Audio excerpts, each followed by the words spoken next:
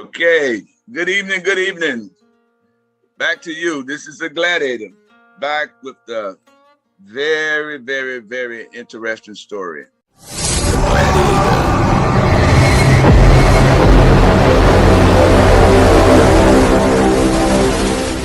This is retired Special Agent Abe Collins, retired DEA agent, retired from DEA in 2014.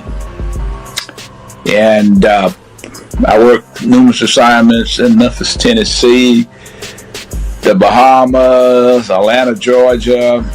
I pretty much had a pretty much round career, I would say, from one point to the next. All of the locations were very interesting. So when you started working for the DEA, what was your position, role? Like, how did that work?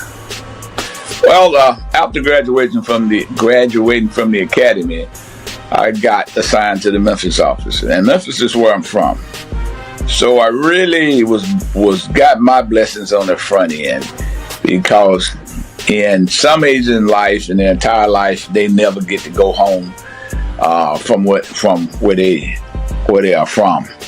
I got that from the beginning, but which was a good thing, because I hit the ground running, meaning I already had connections from my days as a Memphis police officer. I worked there as a police officer in Memphis for 9.5 years. And so I knew a lot of the,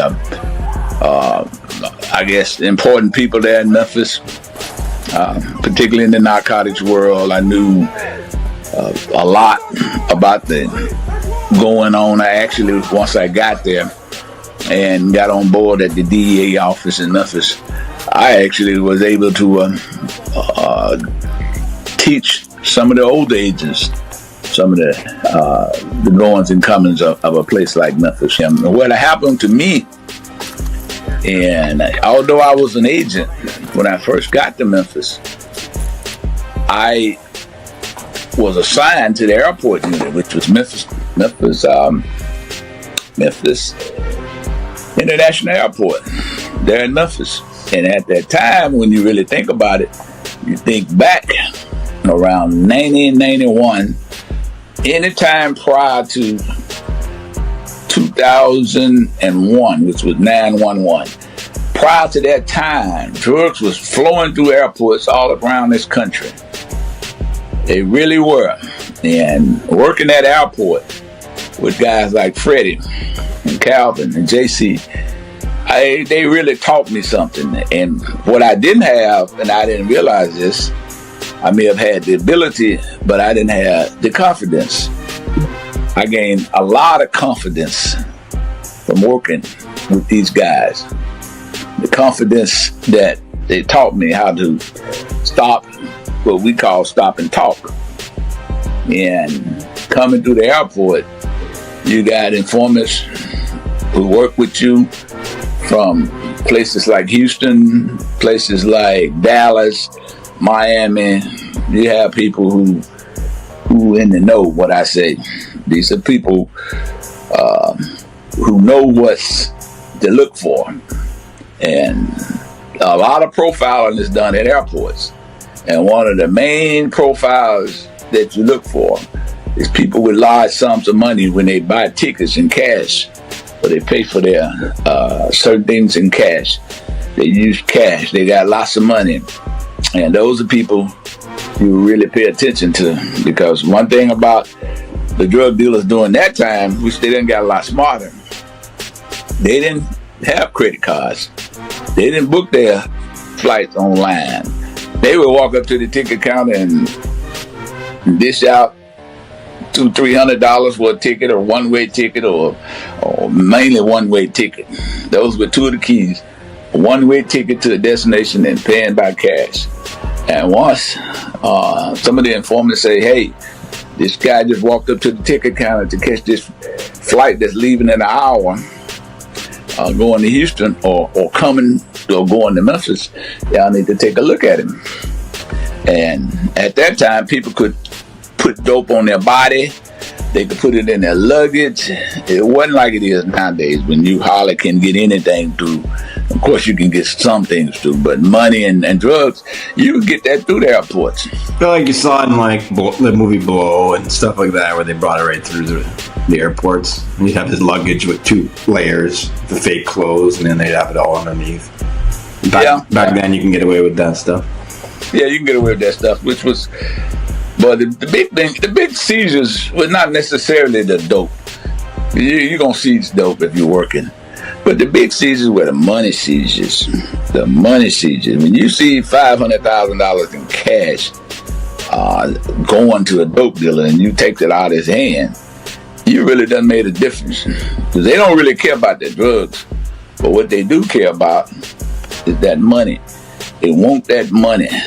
Oh, they'll stand to lose some dope. They won't like it.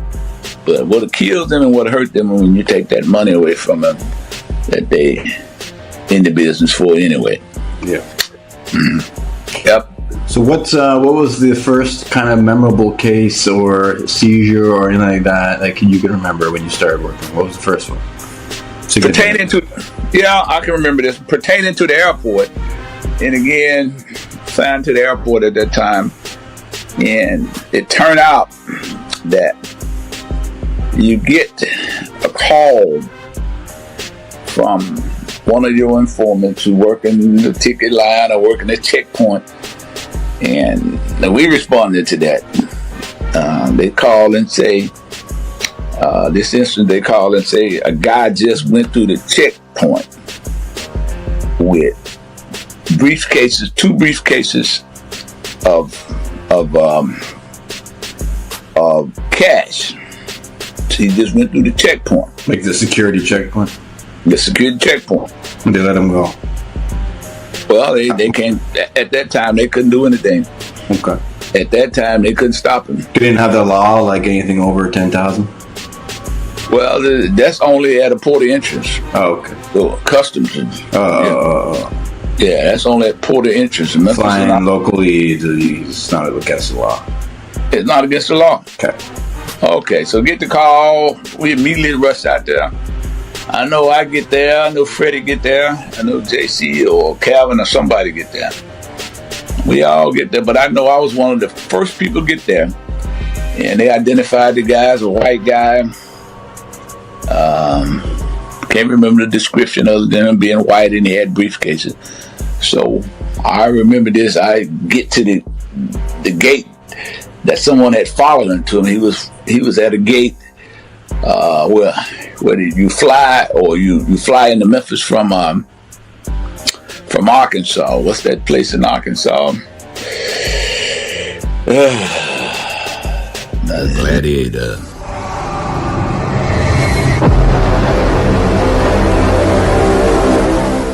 Thank you for watching The GlaDEAtor. Tune in next week for another episode.